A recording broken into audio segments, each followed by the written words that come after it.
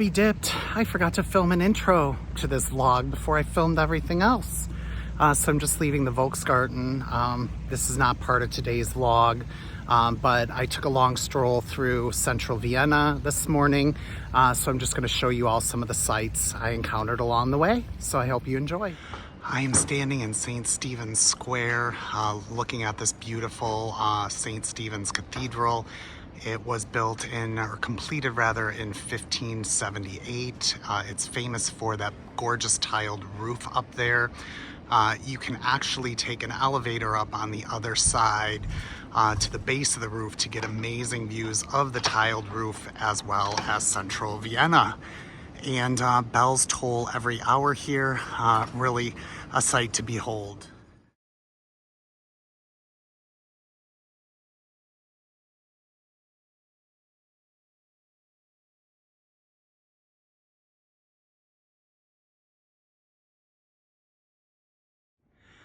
I'm standing in front of number 5 on Domgasse. Domgasse means Cathedral Lane or Cathedral Alley, and the significance of this address is that it was here where Mozart lived when he wrote his great opera, The Marriage of Figaro, back in 1786.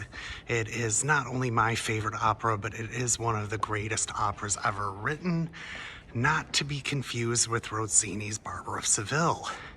People often start saying Figaro, Figaro, Figaro, Figaro. That is from the Barber of Seville, which was the prequel to The Marriage of Figaro, although it was written almost 30 years later.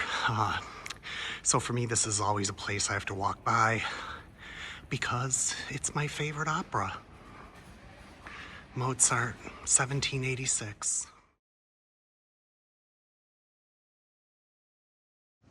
I'm walking down Kartnerstrasse in central Vienna.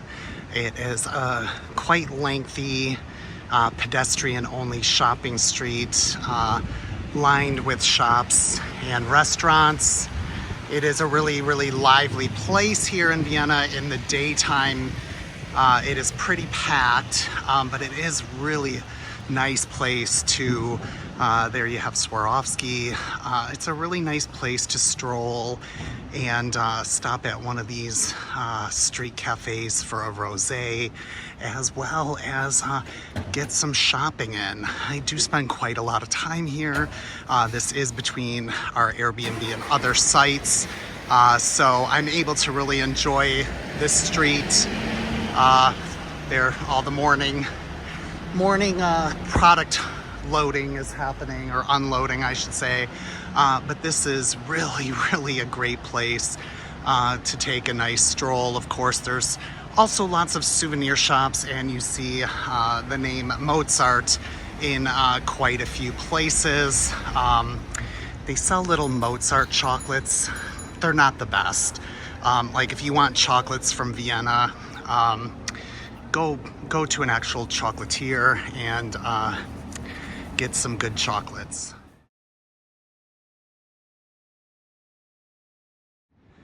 One of the things I love about Vienna is the city center is so compact. You really can just walk everywhere, and I like to just walk aimlessly without much of a plan, because then you find yourself in charming little squares, such as this one. That building right there, that is where the Imperial Crypt is. So all the emperors and empresses are buried in that church.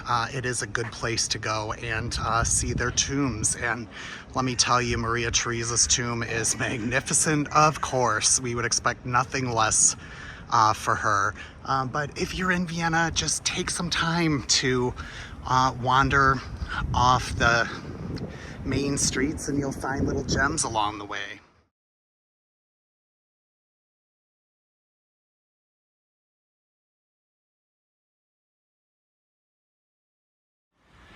This is the southern end of the Hofburg Imperial Palace. Up on that balcony is where I climbed up to get that view of the Opera House. The Albertina is one of the most famous museums in Vienna, and there you see the spire of St. Augustine's Church.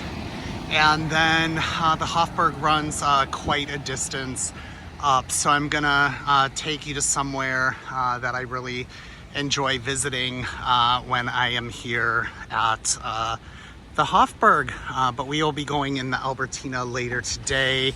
It has a great art collection, and it was also apartments for some of the nobility, and you do learn a little bit of history of some of the people that lived there while you are also learning about the art displayed on its walls. So really, really fantastic place to see in central Vienna.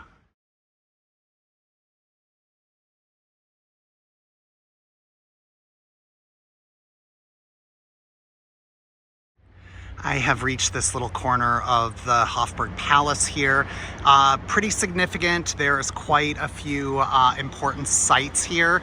The square in front of it is called Josephplatz for the man in that statue there, Emperor Joseph II. He was Maria Theresa's eldest son and Marie Antoinette's older brother.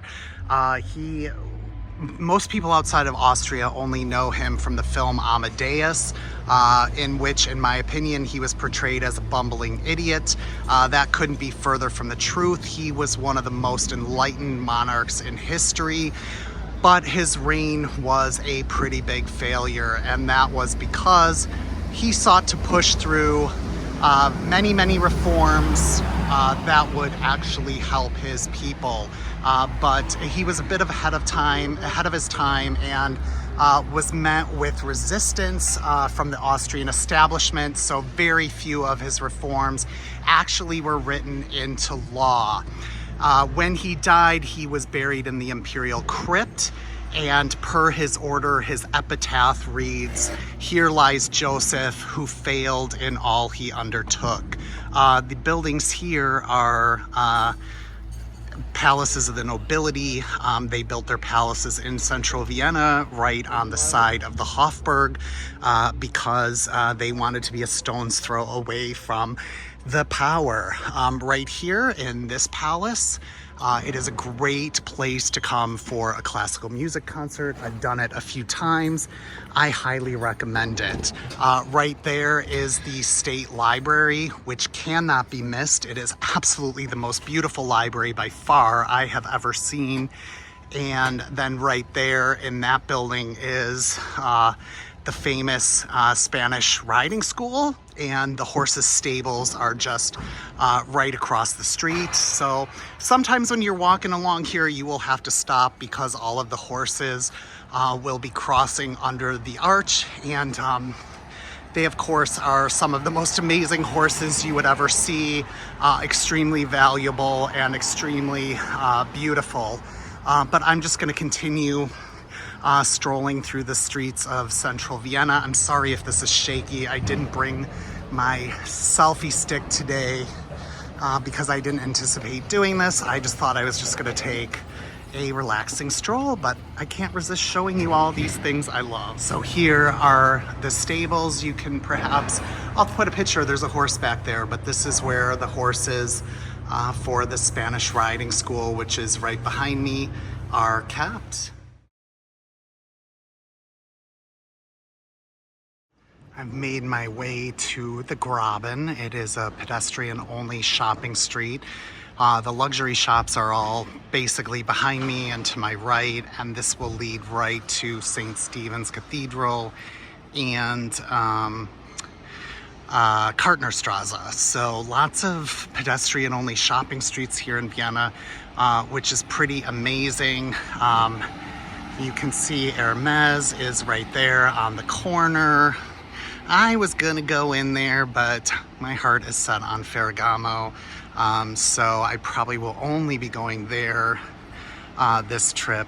And because if I spend my money there, I don't have any more money to spend anywhere else. But that monument there in the center is a monument to the Great Plague. It's a beautiful, beautiful street. You can see a Longchamp is right there. I'm trying to convince my mother to buy a Les Pliages tote. It would certainly make things easier for her considering what she carried on her flight over here.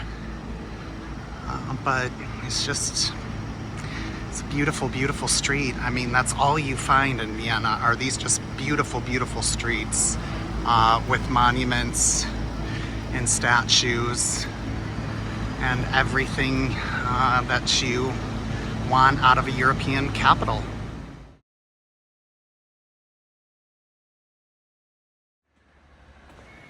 Lots of tight little narrow alleys lined with beautiful residential buildings, and of course little restaurants and cafes are everywhere here. Yeah, it's really, really, really lovely.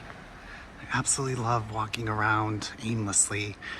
Part of this trip was not aimlessly, but I just love walking around the city center. We're now walking through Judenplatz, or Jewish Square. This square was the center of Jewish life and the Jewish neighborhood in Vienna during the Middle Ages. And right there you can see a pretty stark and disturbing Holocaust memorial. I think it certainly has hit me and given me emotionally the desired effect. It just is horrible. But I think these things are so important to remember. But yeah, it definitely, I really can't explain it. I'm just really feeling uneasy and quite a bit emotional and upset right now. And I think it was the intent of the architect that has designed this, and they sure did. They did it successfully, obviously, because I'm a little fumbling for words here, but you know, I almost tripped. Geez, it's definitely not a beautiful sight, and obviously that was the intent. And then there is a Jewish museum here. So, you know, sometimes you have to have the ugly within the beauty to remind us of things that we need to be reminded of. But it is certainly a beautiful, beautiful square. Yeah, I'm a little bit choked up right now. But I will press on. Right next to the Jewish square is another square. It's called Amhof, A-M space H-O-F. Not quite sure what that means, but just another beautiful square in Vienna. It's such a lovely place. Looks like some weather's coming our way. It's supposed to possibly rain today, so I'm prepared with an umbrella. But I'm just going to continue on and see where the wind takes me this morning. Well, the Ringstraße is right behind me, and I realized I failed to put this in my Ringstraße vlog. This is the votive Kirche, that's how you say it. Votive Kirche, or votive church. And in 1853, after an assassination attempt on Franz Josef took place right here, his brother Maximilian launched a campaign to build a large church on this site as a thank you to God for sparing the emperor's life. As I said in my Schönbrunn vlog, this is my 10th trip here, my first being in 2000, and I have never seen the front of this church because there was always a massive billboard in front of it due to construction and refurbishment projects. So I'm quite excited that I actually found my way here just wandering through central Vienna, because this is the first time I'm really seeing it in all its glory. but it is an absolutely beautiful and magnificent building. I think it's neo-Gothic.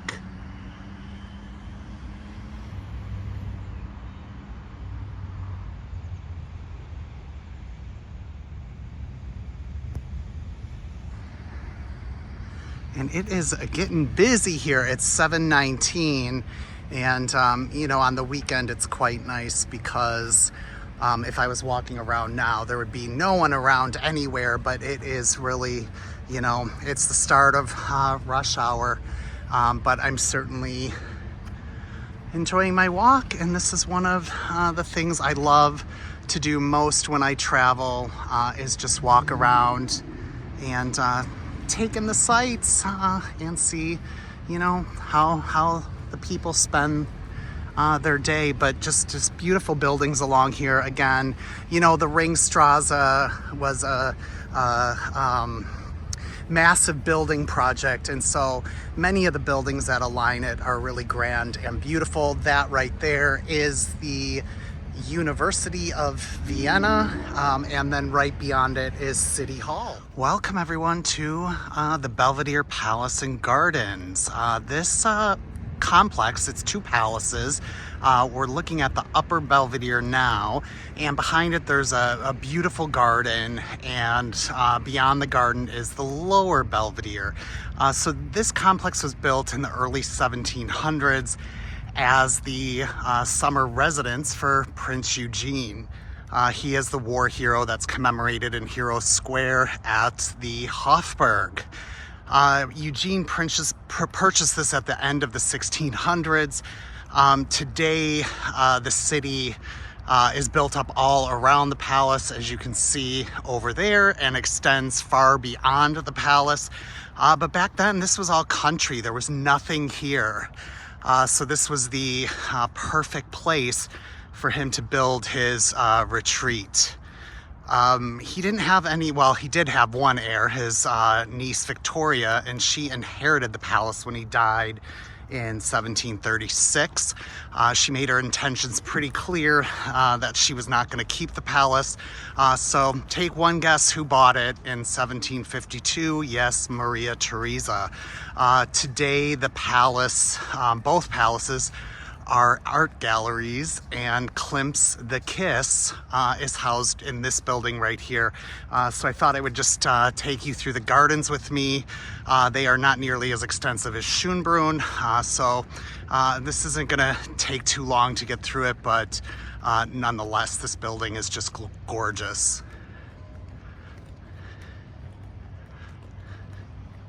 So I will see you all when we get to the gardens.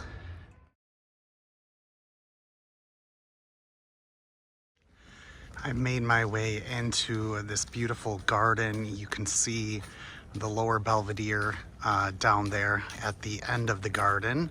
That is really where everyone enters from. It's just much easier to enter down there.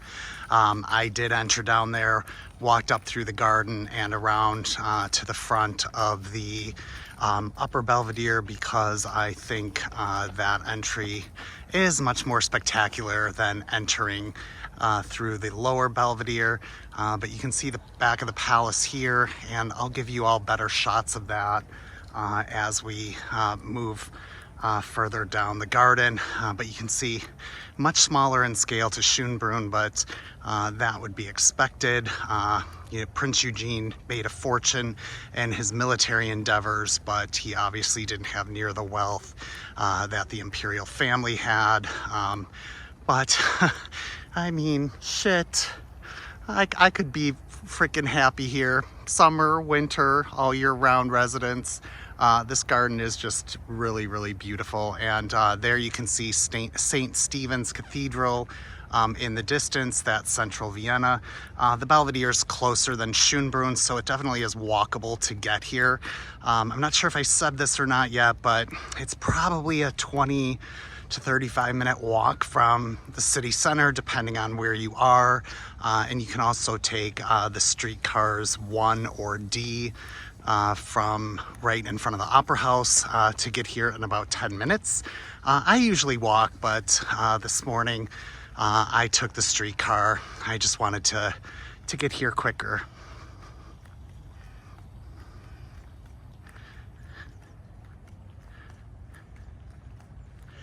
There would also be a lot of flowers in these gardens. I'm not sure if there's a purpose other than, well, yeah, that's really interesting. These are usually flower beds, so I'm not sure why there are no flowers here. It's a little bit disappointing. I just don't know if the type of flowers just don't bloom this late in the summer, or if for some reason they didn't plant any this year, and I wonder if it has to do perhaps with refurbishment. Unfortunately, there is material over the facade of the palace because it is being refurbished, so its glory is a little less evident here, but I will tell you, this really is a spectacular and beautiful place to visit. But yeah, I'm a little disappointed. I love flowers. I was hoping to see some, but there are none to be found right now here. But just enjoy the views nonetheless.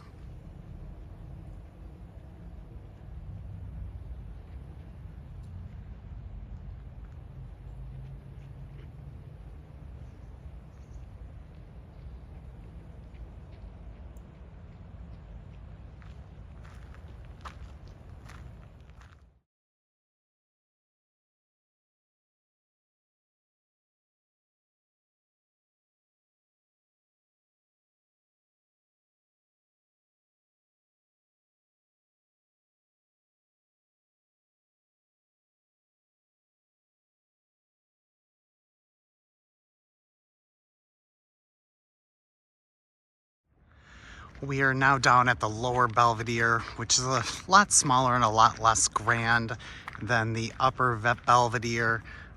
It does have some nice little gardens down here, however, a lot more trees than up top. So if you need a reprieve from the sun, because if it's a hot day here, it will get really hot, and there is no shade by the upper Belvedere, but you can see how magnificent the view is from down here.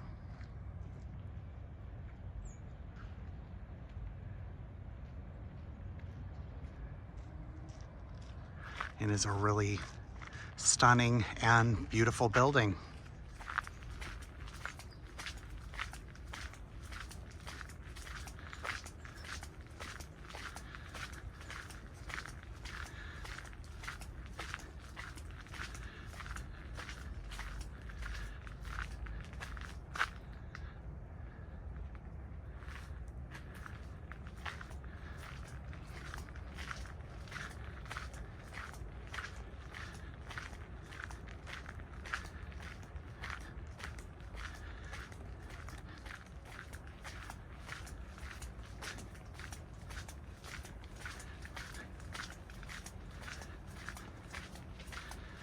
And here's the lower Belvedere in greater detail as we are right up to it.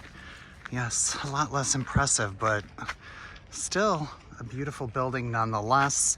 And the entrance is right over there on my right side. When you're on the street coming in, it will be on the left side of the palace, and that is where most people enter. So now I'm gonna head out and I'm gonna go get something to eat. Beautiful, isn't it? Well, that is a wrap on my Vienna vlogs. I may insert a couple other things between the end of the Belvedere and this message, but thank you all so much for showing interest in this and joining me as we explore my favorite city. So I hope you enjoyed it. I hope you can see why I love this city as much as I do. So thanks so much. Bye-bye.